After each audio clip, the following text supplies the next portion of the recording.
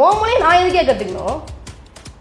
நான் தென் மாநிலங்கள் அதிகமான வரியை கட்டுறாங்க, அதன் மூலமாக நீங்கள் உங்களுடைய மாநிலத்தின் இன்ஃப்ராஸ்ட்ரக்சரை உங்களுடைய தேவைகளை நீங்கள் பூர்த்தி பண்ணிக்கிறீங்க. என் மொழியை நீங்கள் கற்றுக்கணுமா, உங்கள் மொழியை நான் கற்றுக்கணுமா?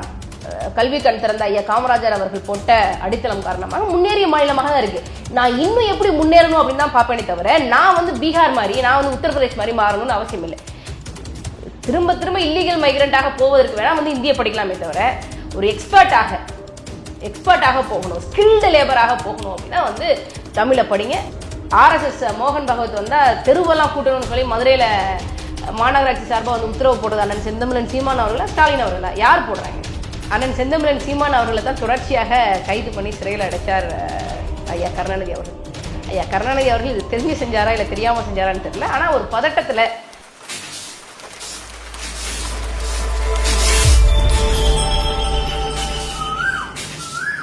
சமீபத்தில் மத்திய கல்வித்துறை அமைச்சராக இருக்கக்கூடிய தர்மேந்திர பிரதான் வந்து புதிய கல்விக் கொள்கையை தமிழ்நாடு வந்து ஏற்றுக்கொண்டால் மட்டும்தான் தமிழக கல்வித்துறைக்கு வழங்க வேண்டிய 2000 கோடி நிதியை வந்து நாங்கள் வழங்குவோம் அப்படின்னு சொல்லியிருக்கிறாரு. இது வந்து ஒரு பெரிய பிரச்சனை வந்து ஓடிக்கு இருக்கு. அந்த புதிய கல்விக் கொள்கையில் வந்து மும்மொழி இருக்குது, அந்த மும்மொழி கொள்கையை வந்து தமிழ்நாட்டில் நாங்கள் ஏற்றுக்கொள்ள மாட்டோம் அப்படின்னு திமுக ஒரு பக்கம் சண்டை போட்டுக்கிருக்கு. இன்னொரு பக்கம் வந்து நீங்கள் ஏற்றுக்கொண்டு தான் ஆகணும் அப்படின்னு சொல்லி பாஜக ஒரு பக்கம் சண்டை போட்டுக்கிருக்காங்க. இது எப்படி பார்க்குறீங்க? இல்லை, தமிழ்நாட்டுக்கு என்று ஒரு தனித்துவமான ஒரு இறையாண்மை இருக்குது, ஒரு அரசியல் நிலைப்பாடு இருக்குது. இங்கே வந்து இருமொழி கொள்கை தான், மும்மொழி கொள்கை கிடையாது அப்படின்னு சொல்லி, இது தமிழ்நாட்டிற்கான தனித்த ஒரு அரசியல் இறையாண்மை. எந்த கட்சி வந்தாலும் இதுதான் கொள்கையாக இருக்கும்.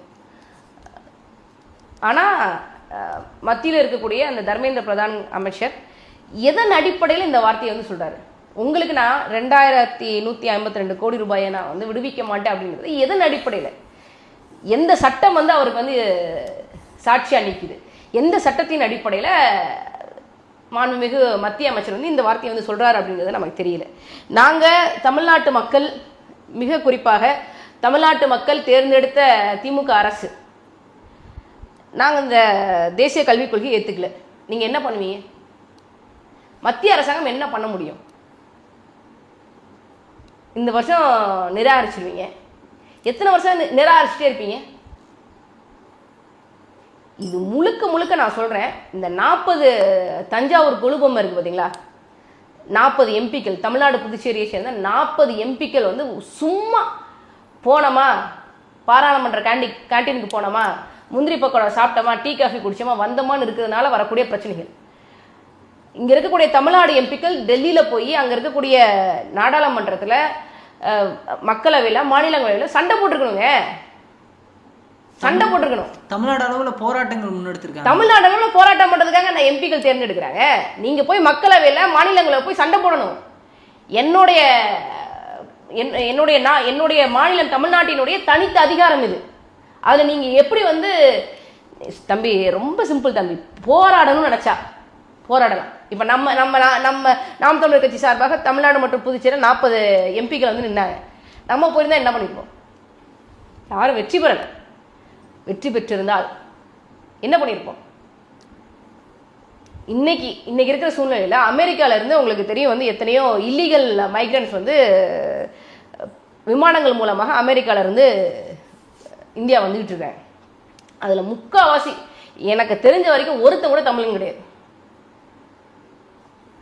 2 லாங்குவேஜ் பாலிசி ஃபாலோ பண்ணுற தமிழ்நாடு முழுக்க முழுக்க இது பஞ்சாப், ஹரியானா, மிக முக்கியமாக மோடி 4 நூற்றாண்டு காலமாக ஆண்டு கொண்டிருந்த, பிஜேபி 4 நூற்றாண்டு காலமாக ஆண்டு கொண்டிருக்கக்கூடிய குஜராத்தில் இருந்து பல பேர் இல்லீகல் மைக்ரண்ட்டாக போகிறாங்க. அப்போ குஜராத்தில் வாழ முடியல, பஞ்சாபில் வாழ முடியல, ஹரியானா என்கின்ற மாநிலத்தில் வாழ முடியல அப்படின்னு சொல்லி இல்லீகல் மைக்ரண்ட்டாவது போய் அமெரிக்கா என்ற பெருந்தேசத்தை, பெருங்கனவை அடைய வேண்டும் அப்படின்னு சொல்லி போகிறான். தமிழ்நாட்டுக்காரன் போலயே ஹிந்தியை படிச்சுதான் அமெரிக்காவில் பல்வேறு நாடுகளில், உலக நாடுகளில் இல்லீகல் மைக்ரண்ட்டாக போகிறான். ஆனால் 2 லாங்குவேஜ் பாலிசியை படிச்சுட்டு இருக்கக்கூடிய ஐயா காமராஜர் போட்ட வித்துனால, கல்வி கண் திறந்த காமராஜர் அவர்கள் போட்ட அந்த அடித்தளத்தினால இன்னைக்கு பல்வேறு நாடுகளில் தமிழர்கள் எக்ஸ்பர்ட்ஸாக போகிறாங்க, தொழில்நுட்ப வல்லுநர்களாக போகிறாங்க. 2க்கு வித்தியாசம் இருக்குல்ல. நீ மும்மொழி கொள்கையை கடைபிடி அப்படின்னு சொல்லி எனக்கு ஆணையிட முடியாது. நீ இருமொழி கொள்கையை கற்றுக்கோ, இருமொழி கொள்கையை வச்சுக்கோ. அப்படிதான் நம்ம சொல்கிறோம், இருமொழி கொள்கையை கடைபிடிங்க, இந்த மாதிரி இல்லீகலாக போகாதீங்க, அப்படித்தானே நம்ம பேசணும். பேசியிருக்கலாம்ல. அப்படியே நீ மும்மொழி கொள்கை கொண்டு வரியா, ஒன்றும் பிரச்சனை இல்லை. இப்போ நாம் தமிழர் கட்சியில் மட்டும் ஒருத்தன் போயிருந்தாங்க அப்படின்னு சொல்லி நீங்கள் வச்சுக்கோ, மும்மொழி கொள்கையை தானே ஃபாலோ பண்ணோம். நான் மூன்றாவது மொழியாக நான் சீனாவை எடுத்துக்கிறேன். நான் ஏன் எடுத்துக்கூடாது? உலகத்திலேயே நம்பர் 1 ஜிடிபியில் இருக்கக்கூடிய நாடு அமெரிக்கா, $26 ட்ரில்லியன் இருக்கிறாங்க. 2வது நாடு வந்து சீனா, $19 ட்ரில்லியன் ஜிடிபியோட இருக்கிறாங்க. 4வது இடத்துல ஜப்பான் இருக்கு, 3வது இடத்துல ஜெர்மனி இருக்கு. நான் அமெரிக்கா கூட பேசுறதுக்கு பழகுறதுக்கு அவங்களோட வந்து கம்யூனிகேஷன் பண்ணுறதுக்கு நான் இங்கிலீஷ் படிச்சுக்கிறேன். நான் ஏன் சீனா படிக்கக்கூடாது? நான் ஏன் ஜெர்மன் படிக்கக்கூடாது? நான் ஏன் ஜப்பான் படிக்கக்கூடாது? நான் ஏன் கொரியா படிக்கக்கூடாது? 3வது மொழி தானே வேணும். நான் சீனா கூட டைப் பண்ணிக்கிறேன், ஜப்பான் கூட டைப் பண்ணிக்கிறேன், தமிழ்நாடு அரசு ஜெர்மன் கூட டைப் பண்ணிக்கிட்டோம். நான் ஏன் ஹிந்தி படிக்கணும்? இப்படி கேட்டிருக்க முடியுமா முடியாதா? சீனா படிக்க போறேன்னு சொன்னாலே மோடி வந்து அந்த இடத்துல வந்து he got என்ன சொல்றது, அவ்வளவுதான், முடிஞ்சு போச்சு. நீ 3வது மொழியை படி, அவன் என்கிட்ட அடுத்து பேசிருக்கவே மாட்டான். நான் சீனாவை கத்துக்க போறேன். தமிழ்நாடு அரசு 3வது மொழியாக சீனாவே ஜெர்மானிய மொழியை, ஜப்பான் மொழியை, கொரிய மொழியை கொண்டு வர போகுது அப்படின்னு சொல்லியிருந்தா அது இன்னைக்கு தமிழ்நாடு மட்டும் இல்லை, இந்தியா முழுக்க அதான் ஒரு டாக் ஆஃப் தி நேஷனாக இருக்கும். தேசம் முழுக்க பேசியிருக்கும், தேசிய சேனலில் பேசப்பட்டிருக்கும். அதை விட்டுட்டு நான் நீ இந்திய எதிர்க்கிறேன் அவனை எப்படி அடிமணியை வைக்கணுங்கிற தெளிவு வேணும்ல. நீங்கள் எந்தெந்த நாட்டில் இருக்கக்கூடிய மொழியை கற்றுக்கிறேன் அப்படின்னு சொல்கிறீங்க. ஆனால் இந்தியா நீங்கள் என்னப்பா சொல்கிறீங்க? ஹிந்தி கற்றுக்கிட்டா வேலை வாய்ப்பு பெருகும் தானே சொல்கிறீங்க? இல்லை, அந்த ஹிந்தி மேலே உங்களுக்கு ஏன் அந்த பற்று வர மாட்டுது? ஹிந்தி மேலே எனக்கு எப்படி பற்று வரும்? ஹிந்தி மேலே எதிர்க்கு இந்தியை படித்து ஏன் இந்தியை படித்தவெல்லாம் வந்து பல கோடி பேர் இன்னைக்கு இந்தியாவில் வந்து சராசரி நீங்கள் எடுத்து பார்த்தீங்கன்னா 2 கோடி பேர் இந்தியன் இங்கே தான் இருப்பான், இந்திக்காரன் இங்கே தான் இருப்பான். அது என்கிட்ட என்ன ஒரு ஒரு ஒரு ஒரு குறைந்தபட்ச கூலியாக, ஒரு கூலி ஆட்களாக வேலை பார்த்துட்டு இருக்கிறாங்க. அது எப்படி நான் படிப்பேன் நீங்கள் எதிர்பார்க்கலாம்? நீங்கள் இந்தியா முழுக்க நீங்கள் தமிழை படித்தாலும் இந்தியை நான் படிக்க மாட்டேன். சரியா? நான் 50,000 ஆண்டுகளுக்கு மூத்த மொழி. நீங்க 200 ஆண்டுகள் கூட ஒரு ஒரு ஒரு வரலாறு இல்லாத ஒரு மொழியை வந்து என்கிட்ட எப்படி நீங்க திணிக்க முடியும்? இந்த தேசிய கல்விக் கொள்கை என்ன சொல்லுது? டிராஃப்ட் எஜுகேஷன் பாலிசி அதில் சொல்றாங்க 4.17 அந்த பேராகிராஃப் நீங்க எடுத்து பார்த்தீங்க அப்படின்னா 9ஆம் வகுப்புல இருந்து கல்லூரிகள் வரைக்கும் நாங்கள் வந்து phonetics and pronunciation of Sanskrit வந்து நாங்கள் சொல்லிக் கொடுப்போம். சமஸ்கிருதத்தின் உச்சரிப்பு மற்றும் ஒலி அசையை வந்து நாங்கள் சொல்லிக் கொடுப்போம் அப்படின்னு சொல்கிறாங்க. சரி, நான் ஒரு சாதாரண ஆளாக கேட்குறேன். நான் சமஸ்கிருதத்தை படித்து நான் என்ன செய்ய போகிறேன்? What are the futuristic goals? நான் சமஸ்கிருதம் படித்து எனக்கு நான் கோயிலை போய் அர்ச்சகர் ஆக முடியுமா? தத் புருஷாய் வித்மேகன்னு சொல்லி நான் என்ன மந்திர ஓதி வந்து மணி அடித்து தட்சிணா போடுங்க அப்படின்னு சொல்லி நான் கேட்க போகிறேன்? எனக்கு என்ன இருக்கு? அதை விட நான் வந்து என்னை விட முன்னணியில் இருக்கக்கூடிய மிக உயர்ந்த நிலையில் இருக்கக்கூடிய மேனுஃபேக்சரிங், ஒட்டுமொத்த உலகத்தினுடைய மேனுஃபேக்சரிங் ஹப்பாக இருக்கக்கூடிய சீனாவினுடைய மொழியை கற்றுக்கிட்டு இருக்கேன். இன்ஜினியரிங்கில் வந்து மிகப்பெரிய ஒரு கேபிட்டலாக இருக்கக்கூடிய ஜெர்மனுடைய மொழியை நான் கற்றுக்கிறேன். ஜப்பானீஸ் மொழியை கற்றுக்கிறேன், கொரிய மொழியை கற்றுக்கிறேன். என்னை விட அவங்க தொழில்நுட்பத்தில் முன்னேறிய ஒரு நாடாக இருக்கிறாங்க. அந்த மொழியை நான் கற்றுக்கிறேன். உன் மொழியை நான் எதுக்கே கற்றுக்கணும்? நான் தென் மாநிலங்கள் அதிகமான வரியை கட்டுறாங்க, அதன் மூலமாக நீங்க உங்களுடைய மாநிலத்தின் இன்ஃப்ராஸ்ட்ரக்சரை, உங்களுடைய தேவைகளை நீங்க பூர்த்தி பண்ணிக்கிறீங்க. என் மொழியை நீங்க கத்துக்கணுமா? உங்க மொழியை நான் கத்துக்கணுமா? நீங்க மோடி கூட சண்டை போடுவதற்கு, தர்க்கம் செய்வதற்கு உங்களுக்கு முடியல. மோடியோட சண்டை போட்டா, தர்க்கம் செய்தா உங்களுடைய ஊழல் அமைச்சர்கள் ஜெயிலுக்கு போவாங்கன்னு சொல்லி பயப்படுறீங்க. அனிதா ராதாகிருஷ்ணனாக இருக்கட்டும், கீதா ஜீவனாக இருக்கட்டும், பொன்முடியாக இருக்கட்டும், அக்கா கனிமொழி அவர்களுடைய 2G வழக்கு டெல்லி ஹைகோர்ட்ல இருக்கு, அது மீண்டும் வந்து உயிர் பெற்றுடும் சொல்லி நீங்க பயப்படுறீங்க. அதான் காரணம். சண்டை போட தெரியல.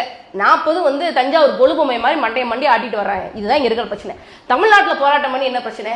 நீங்க ஐயா ஸ்டாலினாக இருக்கட்டும், திமுகவா இருக்கட்டும், விடுதலை சிறுத்தைகளாக இருக்கட்டும், பெரிய கட்சி தானே. நீங்க எல்லாம் காங்கிரஸ் ஒரு பெரிய கட்சி தானே.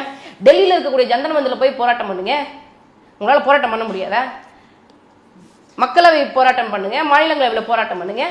சும்மா வந்து இந்த போலி பம்மாத்து காட்டுறது தான் வந்து மக்களுக்கு வந்து ஒரு பெரும் வெறுப்பை உண்டு பண்ணுதுன்னு நான் நினைக்கிறேன். அண்ணாமலை அவர்கள் வந்து சமீபத்தில் ஒரு காணொலி வெளியிட்டிருந்தாரு. அந்த காணொலியில் வந்து நாம் தமிழர் கட்சியுடைய அந்த வரைவை வந்து எடுத்துக்காட்டி பாருங்க, இதில் வந்து நாம் தமிழர் கட்சியே வந்து மும்மொழி கொள்கையை தான் வந்து முன் வச்சிருக்குது. அப்படி இருக்கும்போது புதிய தேசிய கல்விக் கொள்கைக்கும் இதுக்கும் என்ன வித்தியாசம் இருக்கு அப்படின்னு அவர் வந்து பேசியிருந்தாரு. சீமானனுடைய மகன் வந்து எந்த பள்ளிக்கூடத்தில் படிக்கிறான் அப்படின்லாம் கேள்வி கேட்டிருந்தாரு. இதை எப்படி பார்க்குறீங்க? அண்ணாமலை அவர்கள் வந்து ஒரு பாவப்பட்ட பிறவி அப்படின்னு தான் நான் சொல்லணும். ஆனால் செந்தமிழன் சீமான் அவர்களுடைய பையன் எங்கே படிக்கிறாங்கிறது இருக்கட்டும். நான் நாம் தமிழர் கட்சியினுடைய மகளிர் பாசை மாநில பொறுப்பாளராக இருக்கிறேன். நான் கோயம்புத்தூர் பிஹெச்டி டெக்கில் பிஇசி படித்தேன். என்னுடைய கணவர் இங்கே யூஜி வந்து தமிழ்நாட்டில் படிச்சுட்டு பிஜி வந்து டெல்லி யூனிவர்சிட்டியில் படித்தாங்க. இன்ஜின் சிமுலேஷனில் எம்டெக் பண்ணாங்க. டெல்லி யூனிவர்சிட்டி கோல்டு மெடலிஸ்ட் அவங்க. அதுக்கப்புறம் 5 ஆண்டுகள் நாங்கள் 2 பேரும் ஜெர்மனியில் இருந்தோம். 2017 ஜல்லிக்கட்டு போராட்டத்துக்கு அப்புறம் 2018 நாங்கள் நாம் தமிழர் கட்சியில் பயணிங்க. நான் செந்தமிழன் சீமான் அவருடைய கரங்களை வலுப்படுத்த